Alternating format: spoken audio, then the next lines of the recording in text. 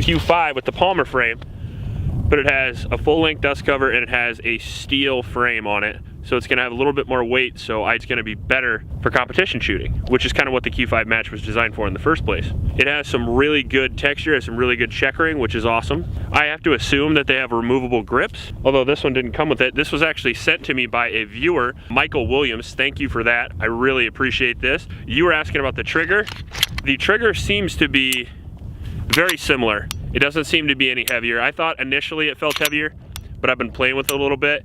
But the one thing I like about the trigger is that the reset is so much stronger and so much more positive. And that will lead to faster follow-up shots. So will the steel frame gun.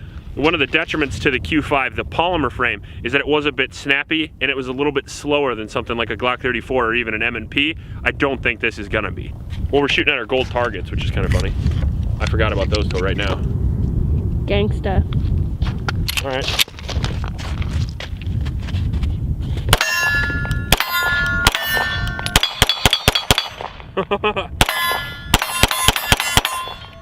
This is at like 20 yards. That was awesome. This is the first time I've shot in a few days too. Let's try that plate rack.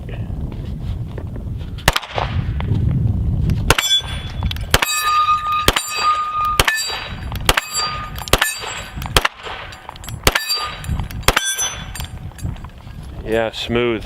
Real smooth. A lot less recoil than the original.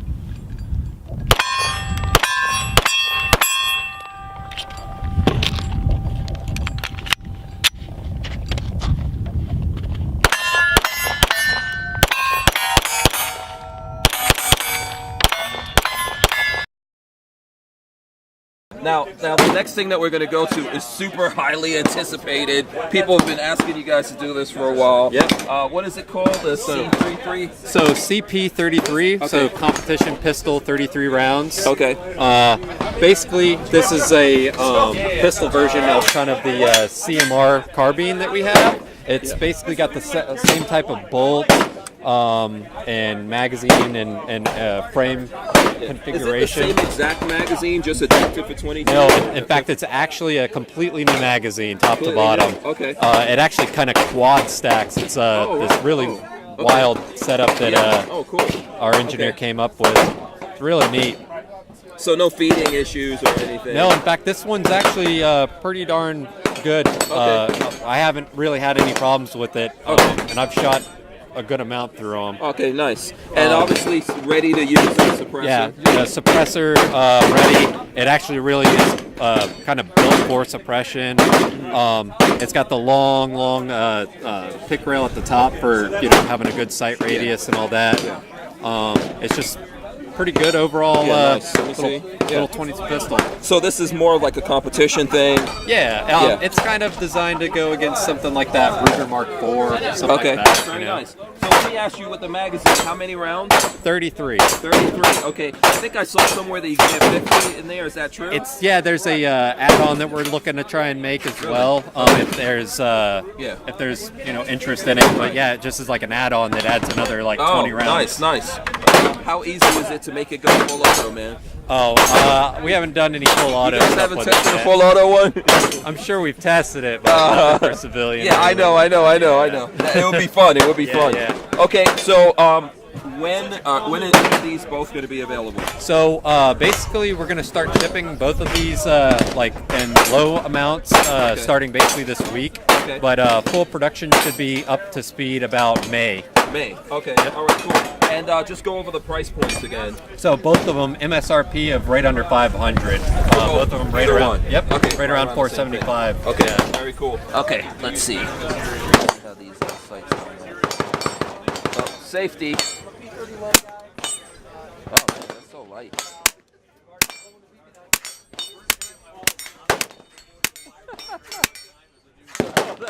That's so much fun. Hey there, friends. Thanks for checking in. Today we're looking at the new CZ P-10C. Polymer frame, striker fire, subcompact gun from CZ. Newly released this year. 2 years ago, they released the P-10C. And people loved it. I loved it. I said, great gun. Feels great. very accurate, excellent trigger. But the question was, when are they going to make a subcompact model? And here it is. They did it. 3.5-inch barrel. Nice feel to it. Now, they took many of the features from the P-10C, most all of them, but they did make some changes, and we're going to talk about that. And these are positive changes that I think are well-made changes. Because when let me just get to it. The P-10C came out, the grip texturing was extremely aggressive. And I said that. I said, you know, this would rub up against your body. You can see there's grip tape on this. The texturing, in my opinion, was overly aggressive. They dialed it down here. Check that out. I think that is the perfect blend between aggressiveness and comfort right there.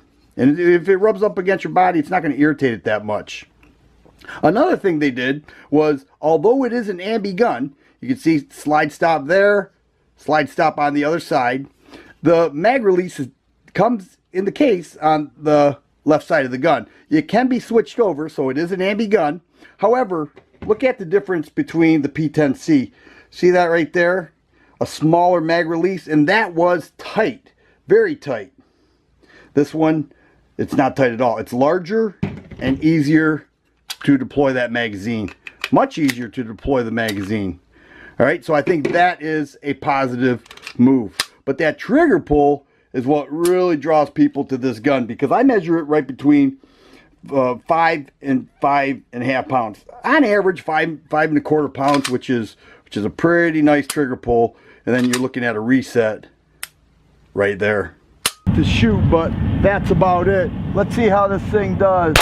Yeah.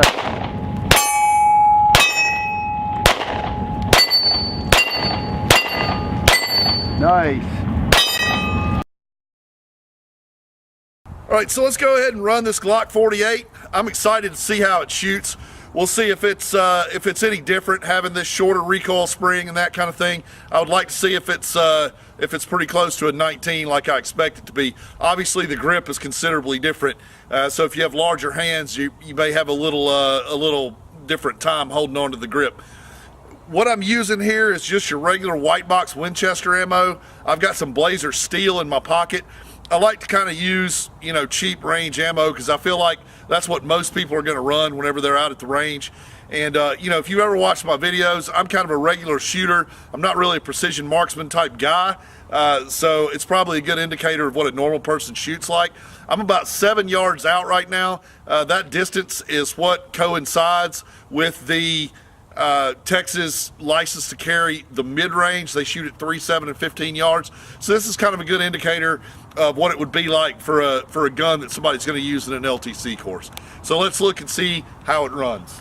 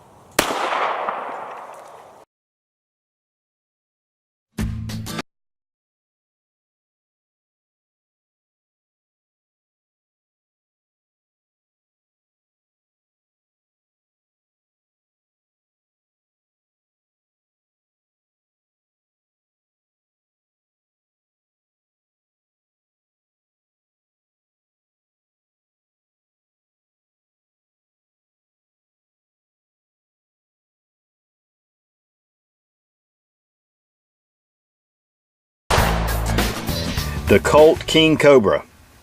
Colt has made a lot of incredible firearms since it's been in business, but the Colt King Cobra and the Colt Python are just incredible revolvers. One thing that Colt is really known for is its high quality finishes, and this is a beautifully finished revolver. The King Cobra is a medium framed double action revolver in .357 Magnum. This particular King Cobra has the 2.5-inch barrel. It did come in a number of different barrel lengths and finishes, and we're going to talk about each one. But these were introduced in 1986, and then production ceased in 1992. Then in 94, it was started up again and then ended in 98 and has not started back again. The value on these revolvers is just unbelievable. I remember when they were running around the $300, $350 range. Now they're at the $1,000 to $1,200 range, if you can find them. Now it is considered a double action revolver, and before we check that out, we're going to look at the cylinder, make sure the gun is unloaded, and it is. Single action, you can pull the hammer back. Double action revolvers, that means that when you pull the trigger, it actuates the hammer. And of course, it does. One thing that Colt is really known for is its really smooth trigger pulls. And this one is no exception. It does hold 6 rounds in the cylinder. It is very beefy, very heavy duty, but if you're firing full house 357 Magnum loads, you'll appreciate it. One of the things about the Cobra, and Colt in particular, is their cylinder release, and it's pulling it back. Smith & Wesson, Ruger, Charter Arms, all the different ones, Taurus, have a push forward cylinder release. And this is a rear. It's a really beautiful design. And of course, it's one of the ways that you can identify it being a Colt, but even more so, just right below it is the Colt symbol. King Cobra, right on the barrel. Just a beautiful gun. Of course, it does have very nice sights, fully adjustable rear sights, then an insert in the front, high visibility. Really nice sights for a short-barreled revolver.